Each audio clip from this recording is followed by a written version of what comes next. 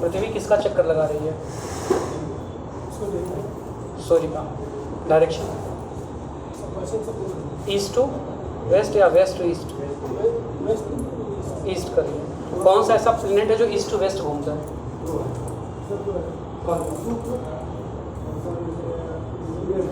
Uranus. ठीक है, ये दोनों एंटी रोटेट करते हैं, अर्थ के एंटी रोटेट करते हैं। अगर पूछेगा ऐसे कितने प्लैनेट हैं जिनके पास कोई सैटेलाइट नहीं है? वो दौर क्यों नहीं है? इन दोनों के पास कोई उपग्रह नहीं है, क्यों?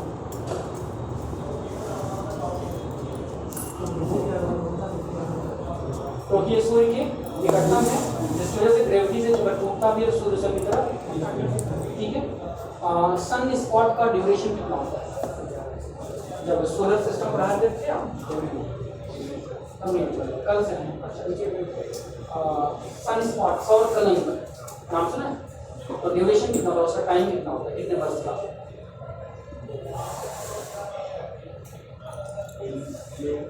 11 साल। कितना होता है? 11 साल। अगर पूछेगा कि सौरमंडल का दूसरा सबसे बड़ा उपग्रह कौन है?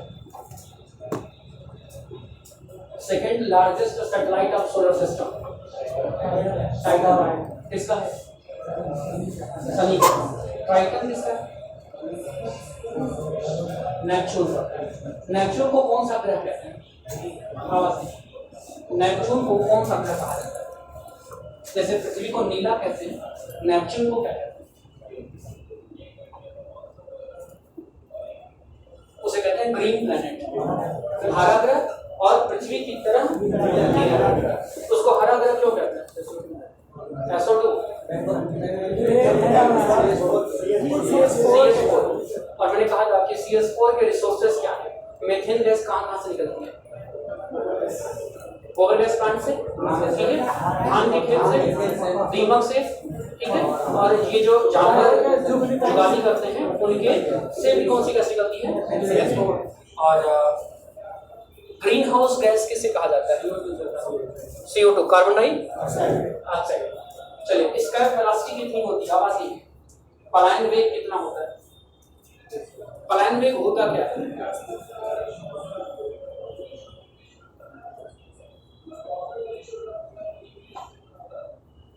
पलायन वेग किसे कहते हैं?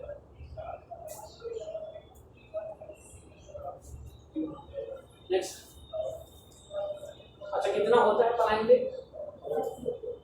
11.2। एक मिनट आगे। बिना यूनिट के कोई भी जवाब सही नहीं होता। हम आके अपने मन से क्या जोड़ लें? 11.2 किलोमीटर प्रति घंटा, किलोमीटर प्रति सेकेंड, क्या जोड़ रहे? सेकेंड होता है।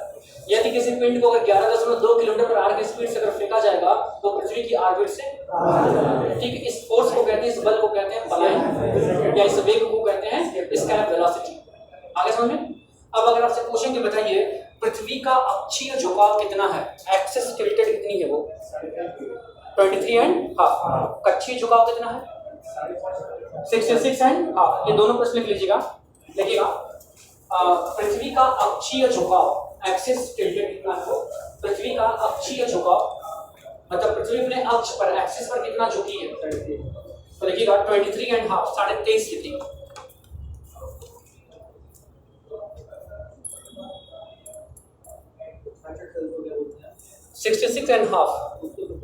उस वो लैटिट्यूड नहीं है, वो एंगल है। उस लैटिट्यूड को बोलते हैं आर्कटिक सर्कल, वो अभी आगे मिलेगा। और कक्षीय झुकाव ऑर्बिट में कितना टिल्टेड है अपने? कक्षीय झुकाव 66.5 डिग्री। कक्ष मतलब उसको ऑर्बिट बोलेंगे, कक्ष को ऑर्बिट बोलते हैं, अक्ष को एक्सिस बोलते हैं।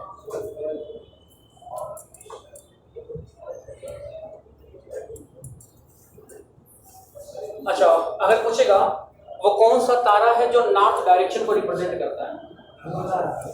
पोलर, ठीक है, पोलर स्टार्स, पोलर ध्रुव तारा। ये भी प्रश्न लिख लीजिएगा, ये इस बार के एग्जाम में पूछा गया प्रश्न था, जो अभी टेट का एग्जाम हुआ है उसमें ये प्रश्न आया था कि इनमें से कौन सा तारा उत्तर दिशा को प्रदर्शित करता है, रिप्रेजेंट करता है?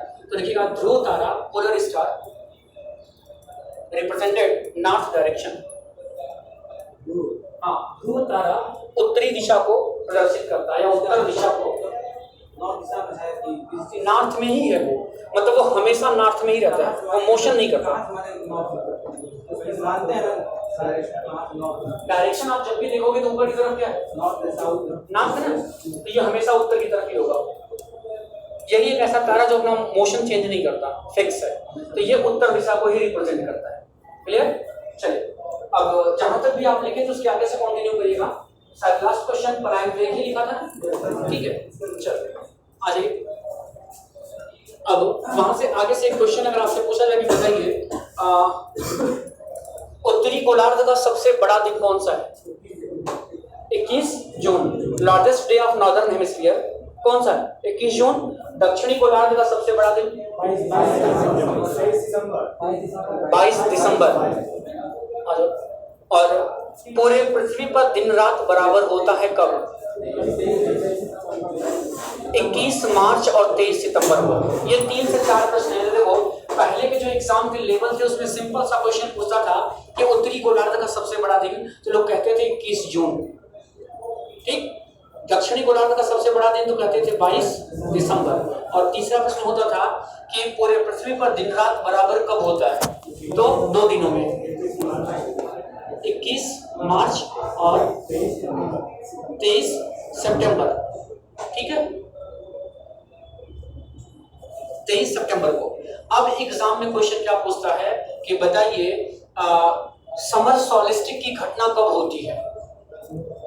समर सॉलिस्टिक को कहते हैं ग्रीष्म संक्रांति। अब सीधा प्रश्न आएगा कि समर सॉलिस्टिक ग्रीष्म संक्रांति की घटना कब होती है? इतनी डेट लिखिए, ये आपका ऑप्शन है चारों, बताओ। तो जून में हमारे यहाँ क्या पड़ती है? गर्मी पड़ती है ना, तो उसको बोलते हैं क्या? समर सॉलिस्टिक, ग्रीष्म संक्रांति। और दिसंबर में क्या पड़ती है? ठंडी पड़ती है, जिसको बोलते हैं विंटर सॉलिस्टिक। क्या बोलते हैं? शीत संक्रांति। और एक प्रश्न पूछता है जो इस बार के पेट में पूछा गया था, कौन सा प्रश्न? 21 मार्च को क्या कहते हैं? इसको कहते हैं बसंत विषुव। और 23 सितंबर को शरद विषुव। ऑटम इक्विनॉक्स, स्प्रिंग इक्विनॉक्स, नाम सुना है? तो बसंत ऋतु को कहते हैं स्प्रिंग। कौन सा ऋतु बोलते हैं? स्प्रिंग सीजन बोलते हैं उसको। तो पूछेगा कि स्प्रिंग इक्विनॉक्स मतलब बसंत विषुव की घटना किस दिन होती है? तो 21 मार्च को सूर्य कहाँ होता है? विषुवत रेखा पर। कहाँ पे होता है? इक्वेटर पे होता है। और उस समय कौन सी ऋतु होती है? फरवरी लास्ट और मार्च के बीच में देखा जाए तो कौन सी ऋतु है? बसंत ऋतु। तो उसको बोलते हैं बसंत विषुव या स्प्रिंग इक्विनॉक्स। और सितंबर में एक ऋतु होती है शरद ऋतु, जिसको कहते हैं ऑटम, ठीक है। तो उस समय 23 सितंबर को भी सूर्य कहाँ होता है? विषुवत रेखा पर। कौन सी ऋतु होती है? तो शरद ऋतु। तो उसको कहते हैं शरद विषुव या ऑटम इक्विनॉक्स। तो पहले ये चारों प्रश्न लिखिएगा। पहला प्रश्न लिखिएगा, उत्तरी गोलार्ध का सबसे बड़ा दिन, largest day of northern hemisphere. उत्तरी गोलार्ध का सबसे बड़ा दिन, largest day of northern hemisphere. उत्तरी गोलार्ध का सबसे बड़ा दिन।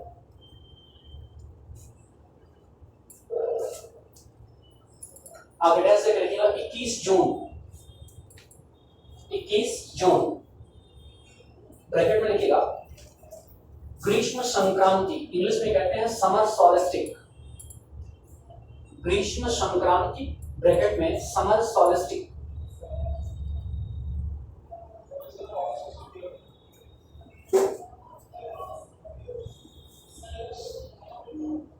देखिए इसको एक नाम से और जानते हैं, कर्क संक्रांति। क्या बोलते हैं? क्योंकि 21 जून को सूर्य कहाँ होता है? कर्क रेखा पर परपेंडिकुलर होता है। क्लियर? इसको कर्क संक्रांति भी कहा जाता है। कैंसर बोलते हैं।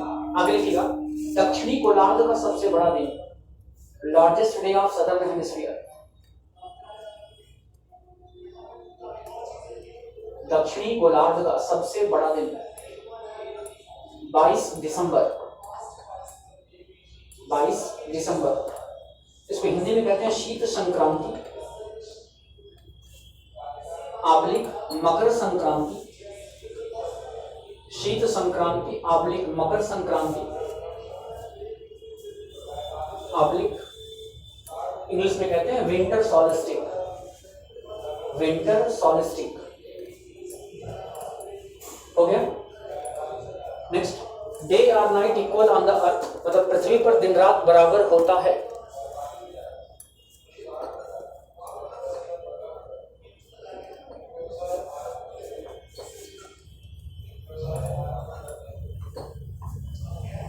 दिन रात बराबर होता है। आगे डैश देकर लिखिएगा 21 मार्च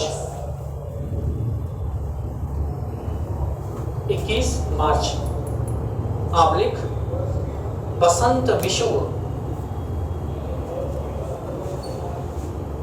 बसंत विषुव इंग्लिश में कहते हैं स्प्रिंग इक्विनॉक्स, स्प्रिंग इक्विनॉक्स। सीधा सीधा यही प्रश्न उठा के पेट में रख दिया कि बसंत विषुव की घटना किस दिन होती है, तो क्या कहेंगे 21 मार्च को। और दूसरा लिखिएगा 23 सितंबर, 23 सितंबर को कहते हैं शरद विषुव, शरद विषुव, ऑटम इक्विनॉक्स, ऑटम इक्विनॉक्स।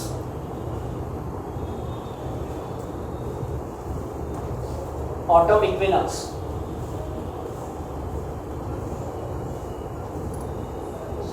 हो गया।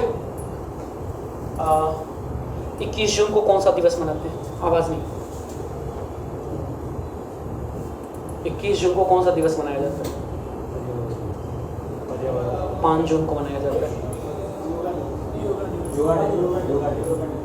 International yoga day. विश्व का पहला अंतर्राष्ट्रीय योग विश्वविद्यालय कहाँ खोला गया है? इसलिए पहले चुप रहिएगा। मिसाइल का रुख जिधर हो उधर जाने दो। यूक्रेन की तरफ है, यूक्रेन की तरफ बरसने दो। इंग्लैंड छेड़छाड़ करेगा या फिर यूएसए, ऑस्ट्रेलिया, रशिया और पोलैंड, क्योंकि सबसे बड़ा राजा वही यूएसए नहीं है। कहाँ पे है? यूएसए। ठीक है, अब बताओ दिसंबर में कोई 2 दिवस होता है, 1 से लेकर 31 दिसंबर के बीच में कोई 2 दिवस होता है।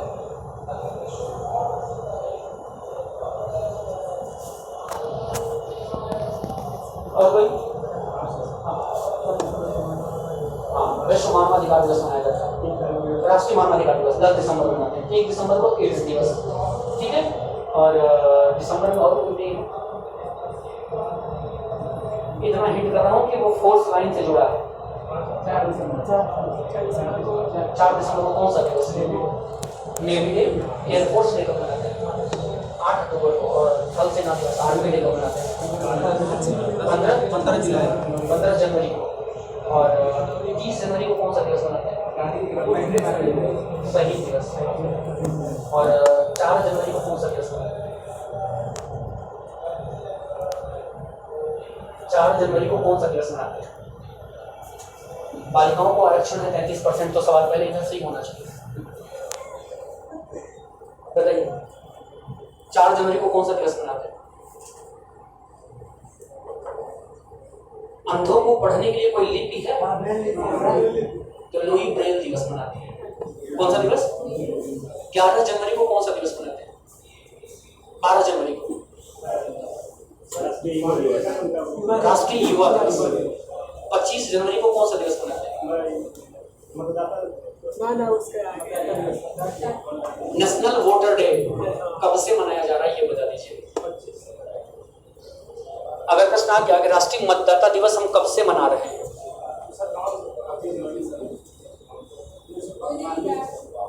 2011 से मनाया जाता है। 25 जनवरी 1950 को इलेक्शन कमीशन का गठन हुआ है, निर्वाचन आयोग की स्थापना होती है। ठीक है, लेकिन हम कहेंगे 25 जनवरी को हम हर साल राष्ट्रीय मतदाता दिवस के रूप में कब से मना रहे हैं? तो 2009 जनवरी को कौन सा दिवस मनाते हैं?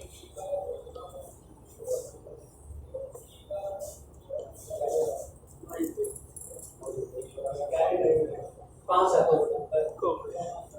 बांसुरी से। बांसुरी से गाड़ी ही नहीं है। थोड़ा सा समय से पहले मेरे बच्चे, नहीं तो शिशुपाल वध जानते हो, 99 गलतियों के बाद हुआ तब तो हो गई है। अब हम 3 ही मौका देते हैं, क्योंकि मैं शिशुपाल है, तुम शिशुपाल, मैं कृष्ण। हाँ बताइए 9 जनवरी को गांधी जी इंटर मारते हैं भारत में, तो भारतीय प्रवासी दिवस। क्लियर हो गया? चलिए ये चारों क्वेश्चन क्लियर हो गए। अच्छा कोई बता सकता है कि पूरे पृथ्वी पर दिन रात बराबर होता है क्यों?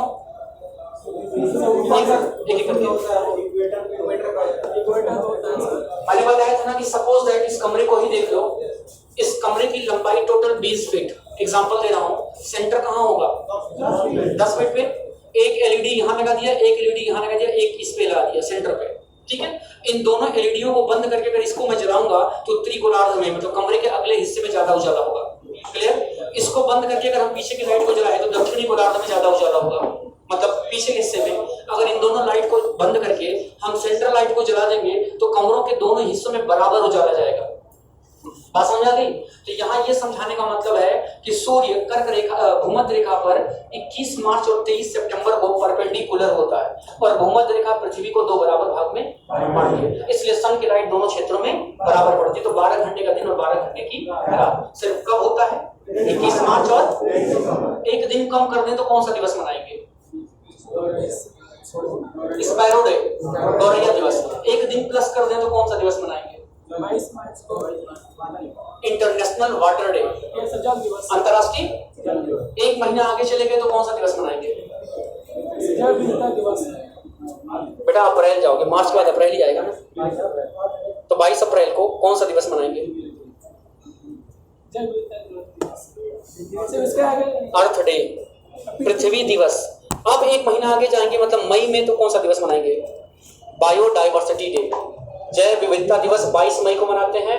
22 अप्रैल को पृथ्वी दिवस, 22 मार्च को क्या मनाते हैं? जल। क्लियर हो गया? कल कौन सा दिवस मनाएंगे? आवाज नहीं। अम्बेडकर डे मनाएंगे, डॉक्टर भीमराव अम्बेडकर की जयंती है 14। बसें छोड़ देंगे बेटा, आओ तुम लोग कर लो चेन पुलिंग। एक दिन आरटीओ चेकिंग लगेगी, मजिस्ट्रेट चेकिंग, उसके बाद धर लिए जाओ जानती। चलो 14 अप्रैल को कौन सा दिवस मनाते हैं? डॉक्टर भीमराव अंबेडकर की जयंती मनाया जाता है। और ये अंबेडकर जी का स्टेटमेंट था कि शिक्षा उस शेरनी का दूध है जो जितना पिएगा उतना दहाड़ेगा। प्रश्न आया था ये स्टेटमेंट किसका है? डॉक्टर भीमराव अंबेडकर की शिक्षा उस शेरनी का दूध है जो जितना पिएगा उतना ज्यादा दहाड़ेगा। क्लियर? चलो अब यहां से आप दो नाम सुना है आपने, उपसौर अपसौर। जो पढ़े हैं उनको नहीं पूछ रहा हूं, जो नए हैं मैं उनसे पूछ रहा हूं पहले। और हमेशा याद रखना कि पहली प्रायोरिटी में फ्रेशर को दूंगा, जो नए लोग हैं पहले वो बताने का प्रयास करें। अगर ये नहीं कर पाते हैं तो मैं फिर आप लोगों के पास आऊंगा और आप लोग हमेशा हमारे टारगेट पर रहेंगे। मतलब मिसाइल का रुख हमेशा आपके ऊपर ही रहेगा, कभी ब्रह्मोस तो कभी अग्नि कभी कुछ चलेगा। आगे समझ आ रहा है? आप समझ जाते हैं? तो जितने भी नए लोग हैं उनमें से किसी को पता है उपसौर अपसौर किसे कहते हैं? पेरिहिलियन और एपहिलियन उसको बोलते हैं। नए लोग कितने हैं? रेज योर हैंड जो नए पहली बार पढ़ रहे हैं। 1 2 3 4 5 6 7, बाकी पुराने हैं। इनमें से किसी को पता है उपसौर अपसौर क्या है? नहीं पता है? देखो मैं बताऊंगा भी नहीं, जवाब आप ही देंगे। बस मैं एक फिगर बना रहा हूं, उस फिगर से आप जवाब देंगे।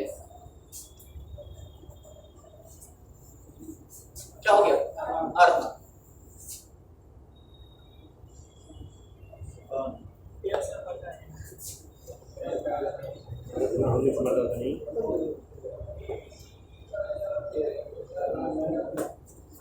इन दोनों फिगर में क्या डिफरेंस है बताइए? आवाज नहीं। इसका इसको अगर परिभाषा में कन्वर्ट करना हो तो कैसे करोगे? निकटतम दूरी को और maximum distance between earth and sun is called perihelion. अपसौर। अब समझा क्या? तो इसको डिफाइन कर लो, सिंपल चीज है, बहुत टफ नहीं है। लिखिएगा, हेडिंग डालिएगा उपसौर, पेरिहिलियन। पेरिहिलियन उसमें लिखिएगा सूर्य, पृथ्वी और सूर्य के बीच की निकटतम दूरी को, nearest distance between sun and earth is called. सूर्य और पृथ्वी या सूर्य कुछ भी लिख सकते हैं, आगे पीछे डजंट मैटर। सूर्य और पृथ्वी के बीच की निकटतम दूरी को उपसौर कहते हैं।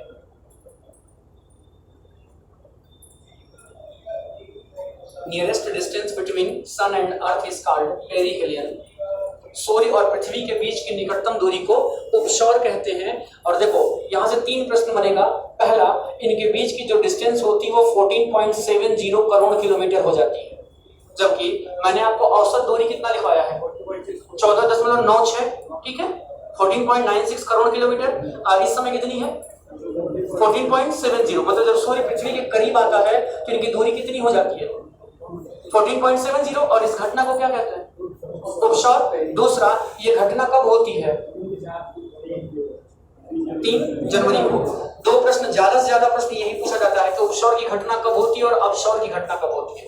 आ समझ में? चलो पहले अपसौर लिखो फिर डिफाइन करते हैं। लिखना अपसौर, एपहेलियन। ये फिगर बना लो बेटा, छोटा सा फिगर समझने के लिए, बहुत बड़ा बनाने की जरूरत नहीं है। ये बना लो, इसके नीचे ये लिख लो।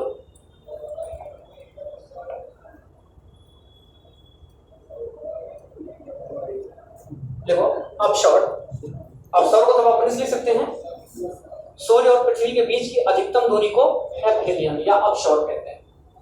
Maximum distance between sun and earth is called aphelion.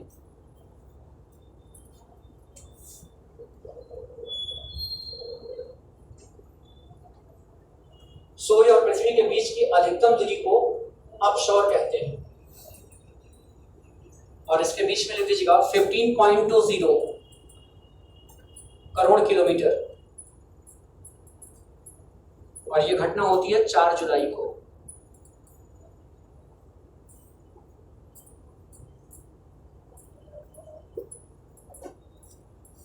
चार जुलाई को 4 जुलाई को। अब इसको याद कैसे रखेंगे? एग्जाम में दे दिया उपसौर की घटना कब होती है, तो उपसौर का मतलब क्या होता है करीब, अपसौर का मतलब क्या होता है दूर। तो पूछेगा उपसौर की घटना कब होती है, तो 4 ऑप्शन होगा, 3 जनवरी, 4 जुलाई, 3 जुलाई, 4 जनवरी। और अपसौर की घटना 4 जुलाई। तो इसको सिंपल सा अपने वैवाहिक जीवन से संबंधित या अपने व्यक्तिगत जीवन से संबंधित रख लो। 3 जनवरी को मिलन हुआ, 4 जुलाई को डिवोर्स हो गया। 3 को शादी होती है, 4 को डिवोर्स। तो जनवरी में विवाह हुआ और 4 जुलाई को तलाक हो गया। तो विवाह का मतलब, डिवोर्स का मतलब अपने आप समझ हो गया, बस याद रखो। क्लियर? अब बताओ कि 3 जनवरी को सूर्य पृथ्वी के सबसे ज्यादा नजदीक होता है, तो इसको भौगोलिक घटना में क्या नाम दिया गया है उपसौर।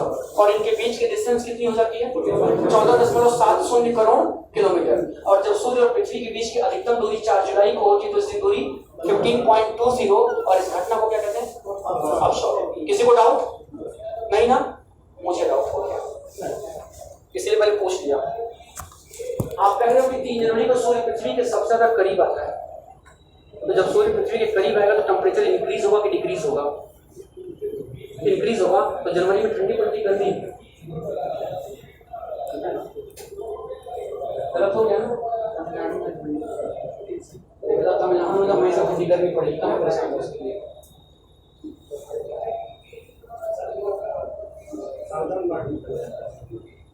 दूरी तो कम हो गई, तो गर्मी पड़नी चाहिए, ठंडी पड़नी चाहिए। अगर सूर्य आपके करीब आ रहा है तो टेम्परेचर क्या होना चाहिए इंक्रीज होना चाहिए ना। और जनवरी में भयंकर ठंड पड़ती है, खिचड़ी में कुछ लोग नहाते भी नहीं है। अब आप जुलाई में कह रहे हो कि सूर्य पृथ्वी से बहुत दूर चला गया, तो जब सूर्य दूर जाएगा तो टेम्परेचर डिक्रीज होना चाहिए, कम होना चाहिए। और जुलाई में प्रचंड गर्मी पड़ेगी, तो उल्टा लिख दिया, क्या गलत हो गया ना? किसी ने ऑब्जेक्शन भी नहीं किया, गलत कर दिया।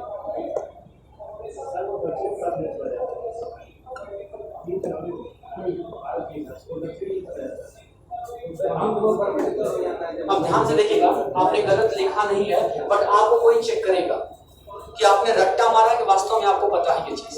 जैसे अगर रट्टा मारे तो करेंगे 3 जनवरी को उपसौर होता है और 4 जुलाई को अपसौर, तो यही लाके फंसाएगा कि बेटा 3 जनवरी को अगर सूर्य पृथ्वी के करीब आ रहा है तो गर्मी बढ़नी चाहिए ना, टेम्परेचर बढ़ना तो चाहिए। तो जनवरी में तो ठंडी पड़ रही है, तो वो सर जी गलत लिखा दिया। उस समय यही कहोगे ना अगर नहीं पता होगा तो। अब समझो रीजन क्या होता है कि हम लोग पृथ्वी के किस गोलार्ध में है, उत्तरी में है या दक्षिणी में है? उत्तरी गोलार्ध में है, ठीक है। तो उत्तरी गोलार्ध में हमारे यहाँ कर्क रेखा है 23.5 डिग्री पर, ठीक है। अब देखो जनवरी में सूर्य कहाँ चला जाता है? सितंबर से ही वो एंट्री कर जाता है कहाँ? दक्षिणी गोलार्ध में। सितंबर से वो कहाँ जाएगा? दक्षिणी गोलार्ध में। और सितंबर के बाद फिर 21 मार्च को आएगा कहाँ? भूमध्य रेखा पर। फिर 21 मार्च जब एंट्री करेगा वो उत्तरी गोलार्ध में। तो जब सूर्य जनवरी में कहाँ है? दक्षिणी गोलार्ध में। तो डिस्टेंस तो कम हो गई, दूरी तो कम हो गई, लेकिन सूर्य की किरणें अब हमारे ऊपर हॉरिजॉन्टल पड़ रही हैं, तिरछी क्षैतिज पड़ रही हैं, ठीक है। और जब किसी प्रकाश को आप तिरछा या हॉरिजॉन्टल कर देंगे तो उसकी लाइट क्या होगी? जैसे क्रिकेट के ग्राउंड में खड़ा होकर टॉर्च को हॉरिजॉन्टल जलाइए, ठीक है, तो पूरा प्रकाश क्या होगा? जब प्रकाश पूरी तरह से फैल गया तो उसकी हीट क्या हो जाएगी? कम हो जाएगी। और अगर छत पे कमेंट्री का जो रूम है उसके ऊपर 3 तल्ले पे चढ़ के टॉर्च को परपेंडिकुलर ग्राउंड में जलाइए तो उसकी लाइट सेंट्रलाइज होगी इस जगह, ठीक है। तो जब प्रकाश सेंट्रलाइज होगा तो उसकी हीट क्या होगी? बचपन में बहुत खुरापात किया होगा ना, सूर्य के प्रकाश के सामने लेंस लगा के किसी को जला दिए होंगे। ऐसा किया ना, कागज जलाएंगे ना, ऐसे लेंस लेके ऐसे कागज रखते हैं, कुछ देर बाद वो कागज जल जाता है। अब वो सन की लाइट को क्या कर रहा है? सेंट्रलाइज कर रहा है, तो वहां टेम्परेचर क्या हो गया? बढ़ गया, ठीक है। लेकिन जब प्रकाश को आप ऐसे हॉरिजॉन्टल जलाएंगे तो पूरी तरह से वो क्या होगा? फैल जाएगा। तो फैलेगा तो हीट क्या हो जाएगी? तो अब अगर कोई पूछेगा तो आप क्या कहेंगे कि बिल्कुल दूरी कम हो गई है लेकिन सूर्य की किरणें हमारे ऊपर तिरछी पड़ रही हैं। तो तिरछी या क्षैतिज पड़ने की वजह से सूर्य का प्रकाश क्या हो जा रहा है? फैल जा रहा है, जिससे उसकी उष्मा कम हो जा रही है। तो अब समझ में आ गया? इसको लिखना नहीं, बस समझना था। क्लियर? किसी को डाउट अभी भी? ये दोनों क्वेश्चन क्लियर हो गए? उपसौर किसे कहते हैं, अवसौर किसे कहते हैं? एग्जाम में दे दिया कि सूर्य और पृथ्वी के बीच की निकटतम दूरी को क्या कहा जाता है? या क्वेश्चन दे दिया उपसौर किस दिन घटित होता है? 3 जनवरी को। और अवसौर? बस चल, अब 2-3 चीजें हैं जिनको लिखना नहीं है, बस सुनना है। ध्यान से सुन लो। ग्रहण सुना है? इक्लिप्स, सोलर इक्लिप्स और लूनर इक्लिप्स, सूर्य ग्रहण। और तो एग्जाम में प्रश्न आता है किस कंडीशन पे कौन सा ग्रहण होता है। एक प्रश्न ऐसे बनेगा, दूसरा कि सूर्य ग्रहण किस दिन होता है और चंद्र ग्रहण किस दिन होता है। ठीक, इन चीजों को लिखना नहीं, बस दिमाग में बैठा लो। एक ट्रिक है,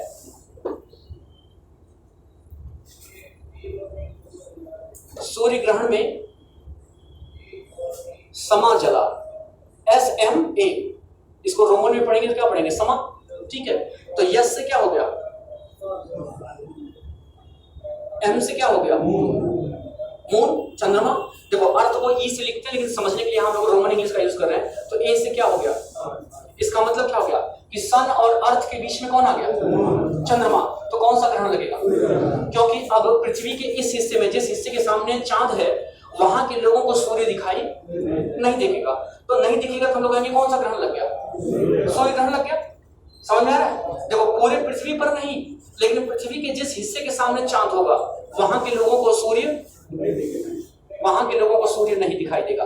मेरी बात समझ में आ रही है? अब जैसे यहाँ के लोगों के लिए पूरा क्या हो गया? डार्क हो गया। अच्छा, आपको भी पता है कि चंद्रमा किसका चक्कर लगा रहा है? पृथ्वी का। तो ये 4 कंडीशन तो श्योर है, बनेगी कि नहीं बनेगी? अगर कोई पिंड किसी के चारों तरफ घूम रहा है तो एक बार वो 90 डिग्री पर भी आएगा और एक बार वो 180 डिग्री पे भी आएगा। ये देख रहे ध्यान से। तो अब देखो, अचानक तो सूर्य ग्रहण लगता नहीं है, पहले सूर्य ग्रहण शुरू हो गया, धीरे धीरे सूर्य कट रहा है। तो जैसे चंद्रमा पृथ्वी की परिक्रमा करते हुए सपोज दैट इस कंडीशन में आ गया, ठीक है, तो इतना दूर अंदर घुसा है ना वो दोनों के ऑर्बिट में। तो यहाँ के लोगों को अब क्या है, जब यहाँ अंधेरा हो जाएगा ना, यहाँ के लोगों के पास लाइट नहीं पहुंचेगी, ठीक है, लेकिन धीरे धीरे फिर वो क्या करेगा और अंदर आएगा। जैसे जैसे अंदर आता जाएगा ये पूरी तरह से क्या हो जाएगा, यहाँ अंधेरा हो जाएगा। ठीक, अब चंद्रमा चक्कर लगा रहा है किसका? पृथ्वी का। तो ये कंडीशन भी तो बनेगी नहीं बनेगी?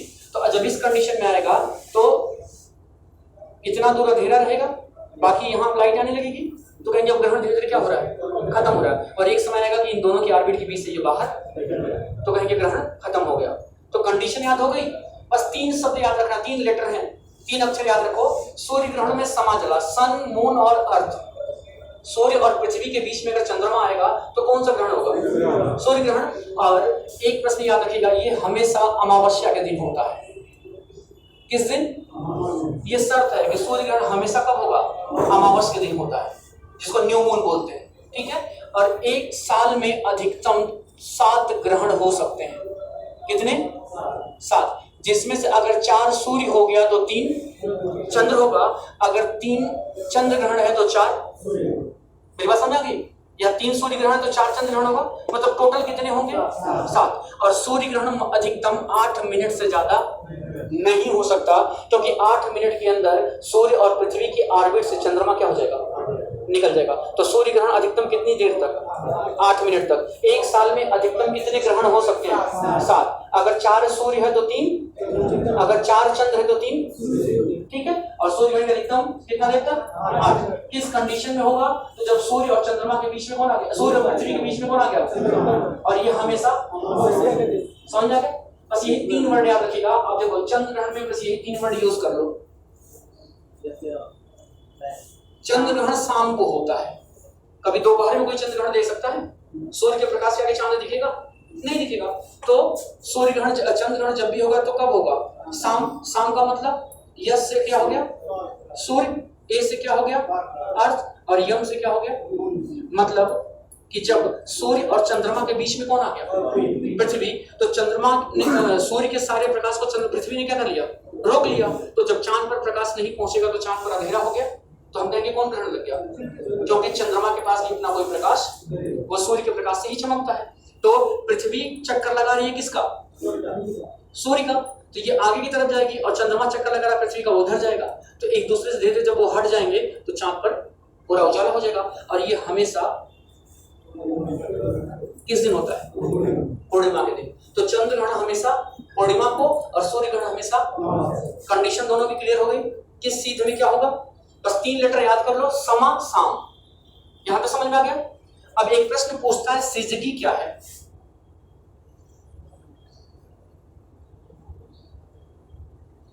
SYZYGY सिजगी किसे कहते हैं, किसी को पता है? जब सूर्य चंद्रमा पृथ्वी तीनों एक सीध में हो, 180 डिग्री पर हो, तो इस घटना को क्या कहा जाता है, तो उस दिन उसको बोलते हैं सिजगी। समझ आया, सिजगी किसे कहते हैं। क्वेश्चन पूछेगा कि सूर्य चंद्रमा पृथ्वी अगर तीनों एक सीध में हो तो इस घटना को क्या कहा जाता है, तो इसको बोलते हैं सिजगी। अगर वो तीनों एक सीध में होंगे तो कौन सा ग्रहण हो जाएगा, सूर्य चंद्रमा पृथ्वी अगर एक सीध में होंगे तो कौन सा ग्रहण होगा, सूर्य ग्रहण। सूर्य पृथ्वी चंद्रमा अगर एक सीध में होगा तो चंद्र ग्रहण। और अगर ये तीनों एक 180 डिग्री पर एक सीध में होंगे तो इस घटना को क्या कहेंगे, सिजगी कहेंगे। समझ में आ गया। तो इसको एक लाइन ये सिजगी वाला लिखो, ये पूछा गया प्रश्न है। लेकिन सूर्य चंद्रमा और पृथ्वी एक सीध में 180 डिग्री में हो, 180 डिग्री में हो, तो इस घटना को सिजगी कहते हैं।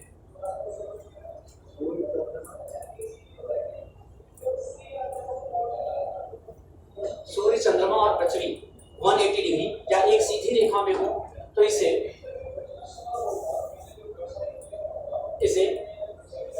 सिजगी कहते हैं।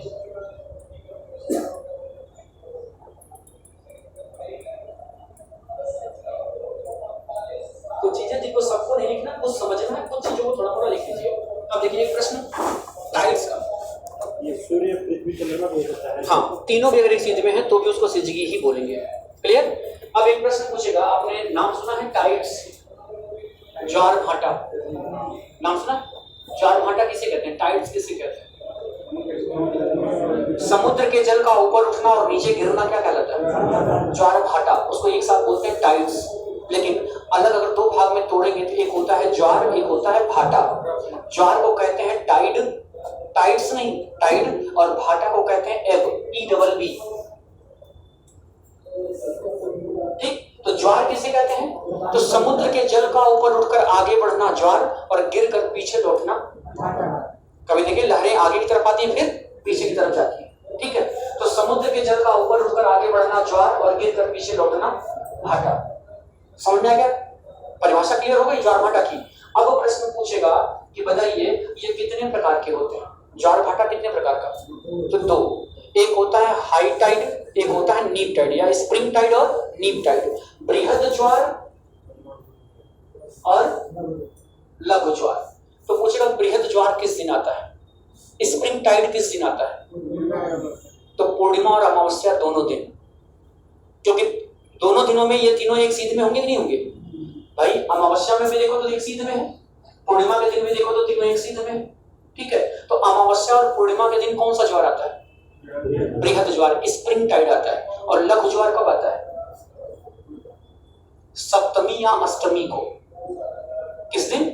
सप्तमी या अष्टमी। अब ध्यान से यही समझ लो। देखो आपको पता है कि 15 दिन पे पूर्णिमा और 15 दिन पर अमावस्या होती है। तो 7वें या 8वें दिन चंद्रमा, पृथ्वी और सूर्य ये 90 डिग्री पर होते हैं। किस डिग्री पर होंगे? 90 डिग्री पर। और इस चीज को और आसानी से समझो कि आपसे पूछेगा कि ज्वार भाटा क्यों आता है। पहला एक प्रश्न तो कहेंगे ग्रेविटी के कारण, घर्षण नहीं, ग्रेविटी के कारण, गुरुत्वाकर्षण। तो उसमें ज्यादा योगदान किसका है? चंद्रमा का। ग्रेविटी किसके पास ज्यादा है? सूर्य के पास। पृथ्वी से 28 गुना ज्यादा है, लेकिन इफेक्ट किसका ज्यादा है? चंद्रमा का। क्यों? क्योंकि चंद्रमा सूर्य के अकॉर्डिंग बहुत ज्यादा नजदीक है किसके? पृथ्वी के। जैसे ये देखो, एक बड़ा मैग्नेट, एक छोटा मैग्नेट, और ये है कॉइन, सिक्का। इस सिक्के को पहले कौन अट्रैक्ट करेगा? क्यों? क्योंकि ये नजदीक है, पावर इसी के पास ज्यादा है, लेकिन ये ज्यादा करीब होने की वजह से ज्यादा इफेक्टिव कौन हो गया? अगर इसी को हम यहाँ रख दें तो पहले कौन खींच लेगा? बड़ा वाला। ठीक है, तो पहला प्रश्न ये हो गया कि ज्वार भाटा क्यों आता है। तो कहेंगे पृथ्वी के चंद्रमा के गुरुत्वाकर्षण बल के कारण। एक चीज ये समझ में आ गई। दूसरा, कितने प्रकार के होते हैं? 2, बृहद ज्वार, लघु ज्वार। बृहद ज्वार कब आएगा? जब मैंने कहा कि जब सूर्य, चंद्रमा, पृथ्वी तीनों एक, मैं पृथ्वी, अब मेरे हाथ को 2 व्यक्ति खींच रहे हैं अपनी तरफ, चंद्रमा और सूर्य मिलकर खींच रहे हैं, तो हमारा मोशन तेजी के साथ होगा कि नहीं होगा? अगर किसी भी व्यक्ति को 2 लोग खींचेंगे तो कहां जाएगा? भागेगा कि नहीं इधर। तो इससे कौन सा ज्वार आएगा? बृहद ज्वार। लेकिन जब सूर्य, चंद्रमा और पृथ्वी 90 डिग्री पर, यहां देखो ये फिगर, ये सूर्य, ये पृथ्वी और ये चंद्रमा। मैंने कहा ना कि 2 बार 90 डिग्री पर होंगे और 2 बार 80 डिग्री पर होंगे। समझ आ रहा है? 180 डिग्री पर। तो जब 90 डिग्री पर होंगे ये कंडीशन बनेगी, मतलब एक व्यक्ति मेरे हाथ को अपनी तरफ, दूसरा इसे अपनी तरफ। तो हमारा भी तो अपनी ग्रेविटी है, तो हम भी तो दोनों को अपनी तरफ क्या करेंगे? खींचेंगे। तो क्या उतना ही मोशन होगा जितना इधर हो रहा था? तो अब समझ में आ गया कि बृहद ज्वार किस दिन होगा? जब सूर्य, चंद्रमा, पृथ्वी तीनों, ध्यान रखिएगा, सूर्य, चंद्रमा, पृथ्वी तीनों एक सीध में हो, या सूर्य, पृथ्वी, चंद्रमा तीनों, बात एक ही है। अगर तीनों एक सीध में होने चाहिए तो आपको लगेगा कि जब सूर्य, चंद्रमा, पृथ्वी और सूर्य, पृथ्वी, चंद्रमा कह रहे हैं तो चंद्रमा, पृथ्वी तो बीच में आ गई, तो चंद्रमा और सूर्य दोनों अपनी तरफ खींचेंगे। ऐसा नहीं है। उसका कारण क्या है कि देखो, सूर्य यहाँ है, पृथ्वी यहाँ है और चंद्रमा यहाँ है। तो चंद्रमा, पृथ्वी के नजदीक ज्यादा कौन है? चंद्रमा है। तो ज्यादा तांडव कौन करेगा? चंद्रमा। तो ये हिस्सा ज्यादा उठेगा कि नहीं उठेगा? बात समझ आ रही है? तो अब आपसे सिंपल क्वेश्चन पूछेगा कि बताइए बृहद ज्वार किस दिन आता है? तो आप कहेंगे अमावस्या या पूर्णिमा के दिन। लघु ज्वार कब आता है? तो सप्तमी या अष्टमी, क्योंकि 7वें या 8वें दिन आते आते चंद्रमा पृथ्वी से 90 डिग्री पर हो जाएगा। ठीक है, फिर 7वें 8वें दिन को कहां आ जाएगा? 180 डिग्री पर। फिर 7वें 8वें दिन कहां पहुंचेगा? 15 दिन पर पूर्णिमा और 15 दिन पर अमावस्या होती है। तो 7वें 8वें दिन कौन सी कंडीशन बनेगी? 90 डिग्री की। और समझ में आ गया? तो ज्वार भाटा, एक ज्वार के बाद अगला ज्वार कितने देर बाद आता है? 12 घंटा 26 मिनट बाद। एग्जैक्ट अगर देखा जाए तो 12 घंटा 26 मिनट बाद एक ज्वार के बाद अगला ज्वार 12 घंटा 26 मिनट बाद आता है, और भाटा 6 घंटा 13 मिनट बाद। ठीक है, तो 24 घंटे में कितनी बार ज्वार आता है? 2 बार ज्वार और 2 बार भाटा। लेकिन कौन सी ऐसी जगह है जहां 4 बार ज्वार और 4 बार भाटा आता है? इंग्लिश चैनल का नाम सुना है? इंग्लैंड और फ्रांस को कौन सा चैनल अलग करता है? ठीक है, तो इंग्लिश चैनल पे 4 बार ज्वार और 4 बार भाटा। जनरली 24 घंटे में कितनी बार ज्वार आता है? 2 बार। कितनी बार भाटा? 2 बार। तो 2 बार ज्वार और 2 बार भाटा। एक ज्वार से अगले ज्वार के बीच में कितने घंटे का डिफरेंस होता है? तो 12 घंटा 26 मिनट। इसमें कुछ लिखना नहीं है, सारी चीजें समझने की थी। समझ में आ गया होगा कि ज्वार भाटा किसे कहते हैं? तो कहेंगे समुद्र के जल का ऊपर उठना या नीचे गिरना ज्वार भाटा कहलाता है। ज्वार भाटा क्यों आता है? तो चंद्रमा के गुरुत्वाकर्षण बल के कारण। तो पूछेगा कि ज्वार भाटा में ज्यादा प्रभाव किसका होता है, सूर्य का या चंद्रमा का? तो कहेंगे चंद्रमा का। क्यों? क्योंकि चंद्रमा पृथ्वी के सबसे ज्यादा नजदीक है। दूसरा क्वेश्चन, ये कितने प्रकार के होते हैं? तो 2, एक बृहद ज्वार, एक लघु ज्वार। बृहद का मतलब बड़ा ज्वार, लघु का मतलब छोटा। तो बृहद ज्वार किस दिन आता है? तो कहेंगे अमावस्या या पूर्णिमा या 180 डिग्री पर। जब तीनों एक सीधी रेखा में होंगे तो उस दिन कौन सा ज्वार आएगा? और जब ये 90 डिग्री पर होंगे तो उस दिन कौन सा ज्वार आएगा? 24 घंटे में कितनी बार ज्वार? 2 बार ज्वार, 2 बार। एक ज्वार से दूसरे ज्वार के बीच में कितने घंटे का डिफरेंस? 12 घंटा 26 मिनट, क्योंकि एक ज्वार बिंदु से दूसरे ज्वार बिंदु पर पहुंचने में लग जाता है टोटल 52 मिनट। तो 52 का आधा करोगे तो कितना होगा? 26। तो 12 घंटा 26 मिनट के बाद अगला ज्वार आएगा। क्लियर हो गया? किसको? ये इसको बोलते हैं स्प्रिंग टाइड, इसको बोलते हैं नीप टाइड, NEEP, नीप टाइड। क्लियर हो गया? चलिए अब यहां से हेडिंग करेगा अक्षांश एवं देशांतर, लैटिट्यूड एंड लॉन्गिट्यूड्स। हेडिंग करेगा अक्षांश एवं देशांतर रेखाएं।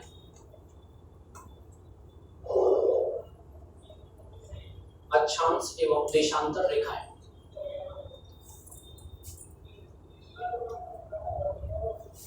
अक्षांश और देशांतर रेखाएं।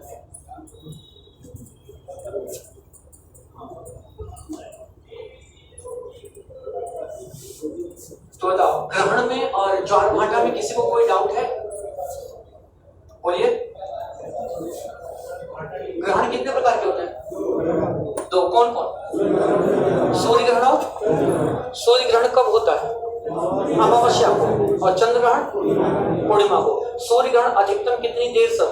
8 मिनट तक। और अगर पूछेगा कि बताइए किस कंडीशन पर सूर्य ग्रहण होगा, तो मैंने 3 ही लेटर बताया है। सूर्य ग्रहण में समा जला SMA, और चंद्र ग्रहण शाम को होता है SAM। यही 3 वर्ड याद रखेगा, कभी भी गलत नहीं होगा कंडीशन। ठीक है? और चंद्र ग्रहण कब होगा? तो पूर्णिमा को। और चंद्र ग्रहण का कोई फिक्स टाइम, वो 2 से 2.5 घंटे 3 घंटे तक भी हो जाता है। क्लियर है? चलिए अब अक्षांश और देशांतर।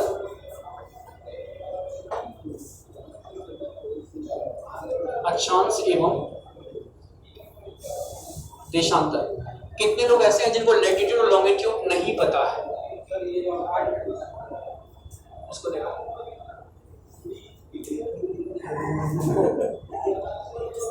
एक तो परमिशन लेट दी है उसको, बुलाए, और जब से आया तब से सो रहा है। हम सोचे कि अब नींद टूट जाएगी उसकी। रात में जगे होगा 2 बजे तक। 2 बजे जग जाते हो, 2 बजे से पढ़ाई करते हो। बेटा देखो, हर चीज की अपनी एक लिमिट होती है। जो चीज जिसके लिए बनी हम उसको वही यूज करें। ठीक है? देखो, पढ़ने का भाई तुम्हारा सिस्टम अलग होगा। मोस्टली क्या करो, रात में जहां तक पढ़ना हो पढ़ लो। दिक्कत है? चलो ठीक है। तो बेटा अब बताओ, अब ऐसी पढ़ाई का क्या मतलब, जब क्लास में हमेशा याद रखना कि जो चीज आप लाइव पढ़ रहे हो ना, अगर इस दौरान तुम कंसंट्रेट होकर सिर्फ सुनते रहो, तुमको दोबारा नोट्स नहीं खोलना पड़ेगा। मैं दावा करता हूँ। लिखना बहादुरी नहीं है। लिखने को तो आप यूट्यूब से देख के लिख लोगे, किताब में लिखा आप उसको छाप लोगे। वो लिखना उतना इंपॉर्टेंस नहीं होता जितना लाइव समझना होता है। अगर जैसे भी मैंने समझाया आपको कि बताइए, आपने कहा कि 3 जनवरी को उपसौर और 4 जुलाई को अवसौर होता है, तो 3 जनवरी को तापमान बढ़ना चाहिए लेकिन कम हो जाता है। तो ये जब आप समझ लोगे ना, तो आपसे कोई भी डिस्कशन करेगा, आप उसको सेटिस्फाइड कर दोगे कि ऐसा क्यों होता है। और कोई चीज यहाँ समझ में आ गई तो मैं पूरी तरह से दावा करता हूँ कि दोबारा नोट्स नहीं खोलना पड़ेगा। लेकिन अगर आप यहाँ उतनी देर कंसंट्रेट नहीं कर पाए, उसी के लिए आपको बार बार किताब खोलनी पड़ेगी, समझना पड़ेगा कि कैसे हुआ ये। ठीक है? तो बस ध्यान से इस चीज को यहाँ समझते जाओ। बस एक बार रिवीजन कर लोगे तो फिर वो चीज हमेशा के लिए दिमाग में बैठ जाएगी। तो कितने लोग ऐसे हैं जिनको अक्षांश और देशांतर नहीं पता है? बड़ी ईमानदारी से हाथ ऊपर करेंगे। 1 2 3 4 5 6 7 8 9 10। बाकी को पता है, तो शुरुआत में उन्हीं से करता हूं जिनको पता है। चलो शुरू करो तुम ही। अक्षांश किसे कहते हैं?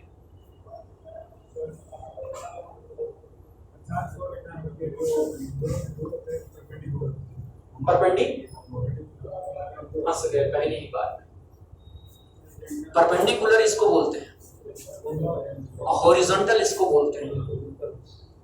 ये हॉरिजॉन्टल है, क्षैतिज। तो बताओ, अक्षांश परपेंडिकुलर होता है, क्षैतिज होता है?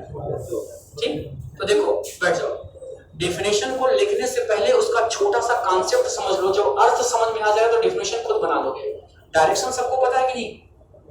ऊपर की तरफ, नीचे की तरफ, दाहिनी तरफ और इधर, ये सबको पता है। तो सबसे पहले तो ये समझ लो कि अक्षांश और देशांतर ये ऐसी वास्तविक कोई रेखा पृथ्वी पर नहीं है। काल्पनिक रेखाएं, बस किसी देश की स्थिति को लोकेट करने के लिए। जैसे हम कैसे करेंगे भारत कितने अक्षांश और कितने देशांतर में, क्योंकि टोटल आपको पता है 181 अक्षांश है और 360 देशांतर। इसी 181 अक्षांश और 360 देशांतर में पूरा विश्व बसा हुआ है, तो सबका अपना अपना एक लोकेशन होना चाहिए ना। तो बस उसी को हमको रिप्रेजेंट करने के लिए कुछ इमेजिनरी लाइन खींचना पड़ा, जिन्हें हम अक्षांश और देशांतर रेखा कहते हैं। मतलब वास्तव में पृथ्वी पर ऐसी कोई लाइन नहीं। क्लियर यहां तक? अब देखो डायरेक्शन सबको पता है, तो पूछेगा अक्षांश रेखा किसे कहते हैं। तो ऐसी काल्पनिक रेखा है which imaginary line drawn on earth horizontally, धरातल पर खींची गई वह काल्पनिक रेखा जो पश्चिम से पूर्व, किधर से किधर, ऐसी रेखाओं को क्या कहते हैं? अक्षांश कहते हैं।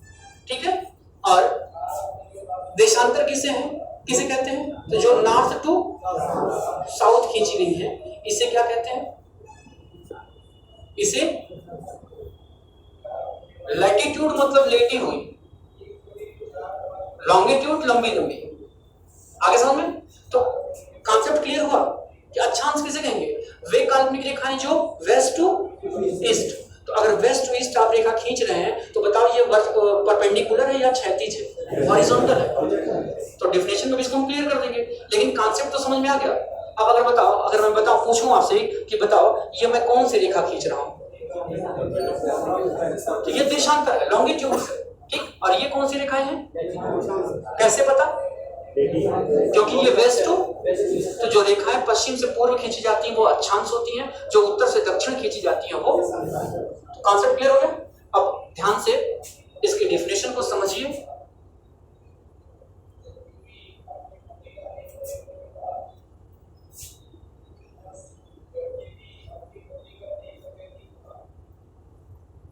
ये कौन सी रेखा है? इक्वेटर या भूमध्य रेखा या 0 डिग्री अक्षांश रेखा। भूमध्य रेखा, विषुवत रेखा या 0 डिग्री अक्षांश। इंग्लिश में एक ही वर्ड यूज करते हैं, इक्वेटर लाइन। वास्तव में देखा जाए तो बताओ ये अक्षांश है या देशांतर? इसका भी डायरेक्शन तो पश्चिम से पूर्व है ना, ये कैसी रेखा हुई? अब बताओ हम कौन सी रेखा खींच रहे हैं? ये कैसे पता कि हम अक्षांश खींच रहे हैं? क्योंकि ये वेस्ट टू ईस्ट। ये सब सारी रेखाएं जो हम खींच रहे हैं वो कैसे खींच रहे हैं? ये सब अक्षांश रेखाएं। ठीक, और ये है 0 डिग्री अक्षांश, जिसको कहा जाता है भूमध्य आवलिक विषुवत रेखा। इंग्लिश में एक ही वर्ड यूज करते हैं, इक्वेटर लाइन। ठीक है, अब बताओ ये हमने कौन सी रेखा खींच दिया? इसको कहते हैं 0 डिग्री लॉन्गिट्यूड्स, 0 डिग्री देशांतर रेखा। इसको हमने देशांतर क्यों कहा? क्योंकि ये नॉर्थ टू साउथ है। अब बताओ, अब जो भी रेखाएं हम खींच रहे हैं वो कैसी है? देशांतर, क्योंकि ये दोनों नॉर्थ पोल को क्या कर रही है? साउथ पोल से मिला रही है। ठीक है, चलो फिलहाल समझने के लिए इतना बहुत है। अब कुछ फेमस लाइनें हैं जिनसे एग्जाम में प्रश्न पूछेगा।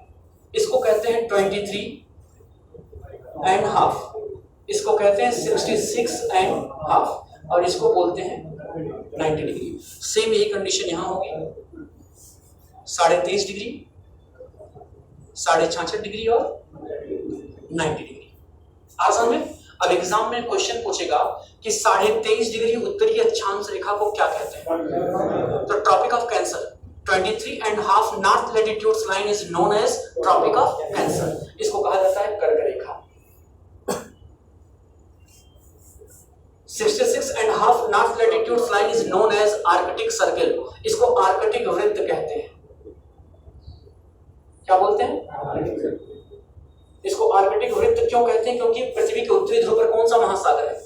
आर्कटिक है, तो उसके नजदीक होने की वजह से इसको आर्कटिक सर्कल कहते हैं। और ये हो गया नॉर्थ पोल, उत्तरी ध्रुव। समझ आ रहा है? अब पूछेगा 23.5 डिग्री दक्षिणी अक्षांश रेखा को क्या कहते हैं? Tropic of capricorn. क्या कहते हैं? मकर रेखा। अब पृथ्वी का जो दक्षिणी ध्रुव है वो अंटार्कटिका महाद्वीप है, तो इसको आर्कटिक के करीब होने की वजह से आर्कटिक वृत्त, और ये अंटार्कटिक के करीब है जिसको क्या कहेंगे? अंटार्कटिक सर्कल बोलेंगे। क्या बोलेंगे? अंटार्कटिक वृत्त, और इसको बोलेंगे साउथ पोल। अब समझ आ गया? एग्जाम में प्रश्न पूछेगा कर्क रेखा किसे कहते हैं? 23.5 डिग्री उत्तरी अक्षांश रेखा को क्या कहते हैं भाई? भूमध्य रेखा के ऊपर उत्तर और नीचे दक्षिण है, तो 23.5 डिग्री उत्तरी अक्षांश रेखा को कर्क रेखा, 66.5 डिग्री उत्तरी को आर्कटिक वृत्त और 90 डिग्री नॉर्थ को नॉर्थ पोल, 23.5 डिग्री दक्षिणी अक्षांश रेखा को मकर, 66.5 डिग्री दक्षिणी को अंटार्कटिक और साउथ पोल 90 डिग्री। क्लियर? तो पहले इस फिगर को बना लीजिए, उसके नीचे से फिर डिफरेंशियल लिखिए।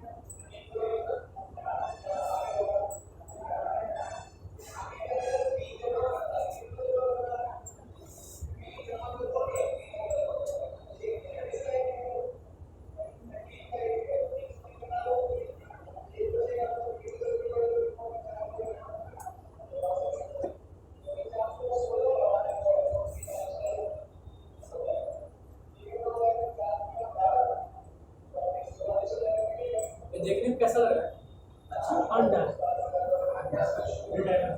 अच्छा नहीं, मतलब पूछ रहा हूँ ये, इसको देख के आप क्या कहोगे? क्या दिख रहा है? ब्लू।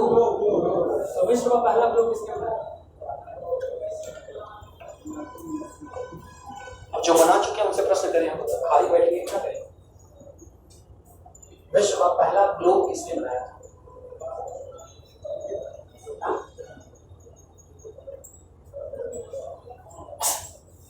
अच्छा, विश्व का पहला मैप किसने बनाया? विश्व का पहला मानचित्र किसने बनाया? अच्छा, भारत का पहला मानचित्र किसने बनाया? भारत को विश्व मानचित्र पर सबसे पहले किसने रिप्रेजेंट किया था कि भारत की देश है? देखो 4 प्रश्न है, 4 रो मैं कोरली बता रहा हूँ, ध्यान से सुन लो। विश्व का पहला ग्लोब बनाया था मार्टिन बैहम ने। किसने? मार्टिन बैहम। वर्ल्ड ग्लोब पहला किसने बनाया था? मार्टिन बैहम। और विश्व का पहला मानचित्र बनाया था एनेक्सिमेंडर ने। किसने? एनेक्सिमेंडर। मानचित्र पूछेगा तो एनेक्सिमेंडर, ग्लोब पूछेगा तो मार्टिन बैहम। और भारत का पहला मानचित्र बनाया था एनाविले ने। किसने? एनाविले। भारत का मैप जो है वो सबसे पहले किसने बनाया? एनाविले। और भारत को विश्व मानचित्र पर सबसे पहले रिप्रेजेंट किया था टॉलमी ने, क्लॉडियस टॉलमी। क्लियर हो गया? चलिए, विश्व का पहला मानचित्र मार्टिन, विश्व का पहला ग्लोब मार्टिन बैहम, पहला मानचित्र एनेक्सिमेंडर, भारत का मानचित्र एनाविले, एनाविले। और भारत को विश्व मानचित्र पर प्रस्तुत किया था टॉलमी ने। ये 4 प्रश्न। कौन सा दिन? अच्छा, दिन। देखो बेटा, अब 12 महीने में 365 दिन होता है, तो 365 दिन से क्वेश्चन नहीं होता है। आप उठाओ, प्रैक्टिस से जब आप लगाओगे तो आपको खुद समझ में आएगा कि कौन कौन से डे जो है ज्यादा इंपॉर्टेंट होते हैं। ठीक है, तो इन्वायरमेंट से जुड़े जितने हैं उनको याद रख लो। ठीक है, भारत के महान शख्सियत से जुड़े जितने हैं उनको इसमें से रख लो। डिजीज से रख लो, कैंसर दिवस कब मनाते हैं, एड्स दिवस कब मनाते हैं, HIV को टीबी दिवस कब मनाते हैं। तो आर्मी से आप फोर्स लाइन से जुड़े देख लो। ऐसे करके जो फेमस है आप उन्हीं को याद करो, सबको नहीं आप याद कर सकते, कोई भी नहीं याद कर सकते।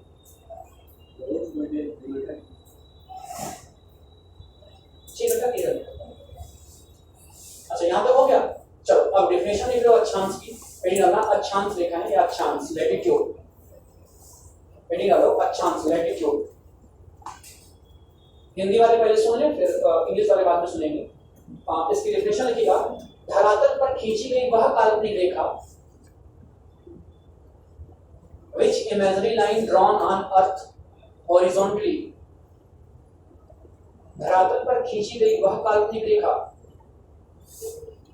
जो भूमध्य रेखा के समानांतर इक्वेटर के parallel, which imaginary line drawn on earth horizontally is called latitude, धरातल पर खींची गई वह काल्पनिक रेखा जो भूमध्य रेखा के समानांतर, समानांतर का मतलब समानांतर पर, पैरेलल, धरातल पर भूमध्य रेखा के समानांतर क्षैतिज रूप से, हॉरिजॉन्टली, क्षैतिज रूप से, क्षैतिज रूप से खींची गई है अक्षांश कहलाती है। भूमध्य रेखा के समानांतर क्षैतिज रूप से खींची गई है अक्षांश कहलाती है। क्षैतिज रूप से खींची गई है अक्षांश कहलाती है।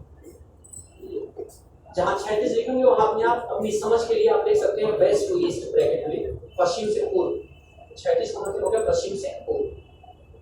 Which imaginary line drawn on earth horizontally is called latitudes।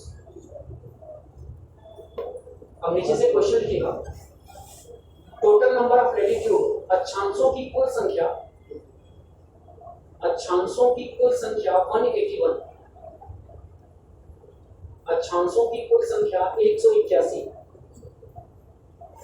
ध्यान से देखिएगा, आपने 0 डिग्री जहां देखा लिखा है ना भूमध्य रेखा, तो उसके ऊपर उत्तर में 90 है और नीचे कितना है, तो 90 कितना होगा 180, और 0 डिग्री खुद हॉरिजॉन्टल है, क्षैतिज है, तो 180 प्लस 1 कितना होगा।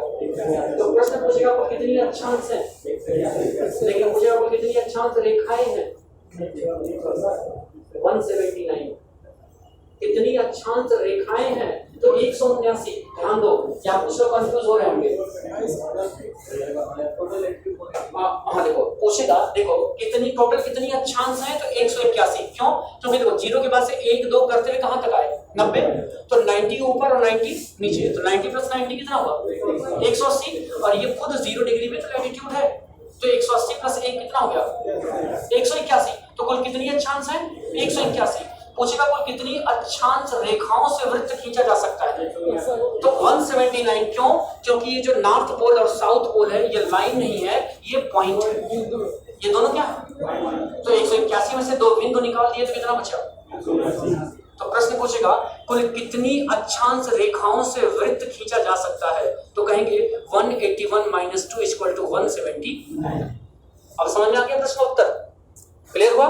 कितनी अक्षांश हैं, तो 181, लेकिन कितनी अक्षांश रेखाओं से वृत्त खींच सकते हैं, तो 170 नहीं। तो लोग पूछेंगे क्यों 2 से क्यों नहीं, तो कहेंगे रेखा, क्योंकि जो नॉर्थ पोल 90 डिग्री और साउथ 90 डिग्री है, ये रेखा नहीं है, ये पोल पे जाकर एक पॉइंट हो जाता है, एक बिंदु हो जाता है।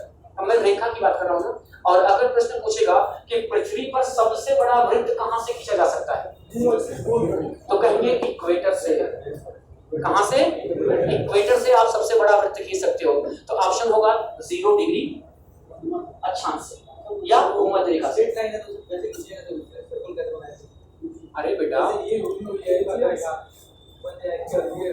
जैसे कभी भी आप सर्कल बनाते हो तो जो आपका वो गोला प्रकार जिसको आप लोग बोलते थे, उसको आप ऐसे सेंटर में रखते हो ना, उसके चारों तरफ ऐसे घुमाते हो ना, तो सबसे बड़ा वृत्त हुआ कि नहीं हुआ वो। सबसे बड़ा वृत्त अगर पृथ्वी पर खींचना हो तो हम कहां से लेंगे, यही से तो खींच सकते हैं। आगे समझ में चले।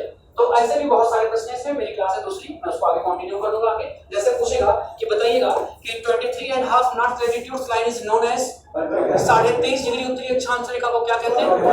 कर्क रेखा कुल कितने देश से गुजरती है 17।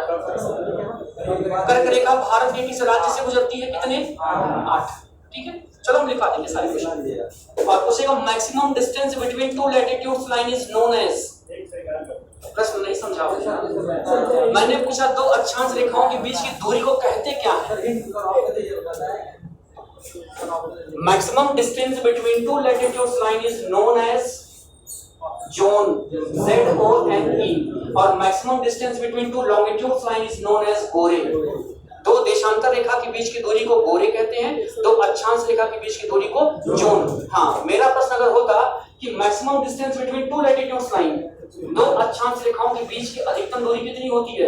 111 किलोमीटर। आ रहा है? तो ऐसे बहुत सारे प्रश्न उसको हम कर बता देंगे। ठीक है, यहां तक किसी को दिक्कत समझ में आ रहा है? जो नए लोग हैं उनकी समझ में आ रहा है? आ रहा है? रिवीजन करके आओ बेटा, बाकी कुछ नहीं है। ज्योग्राफी बहुत ही इंटरेस्टिंग सब्जेक्ट है, अगर आप थोड़ा सा मन लगाएंगे तो बड़ा मन लगेगा इसमें।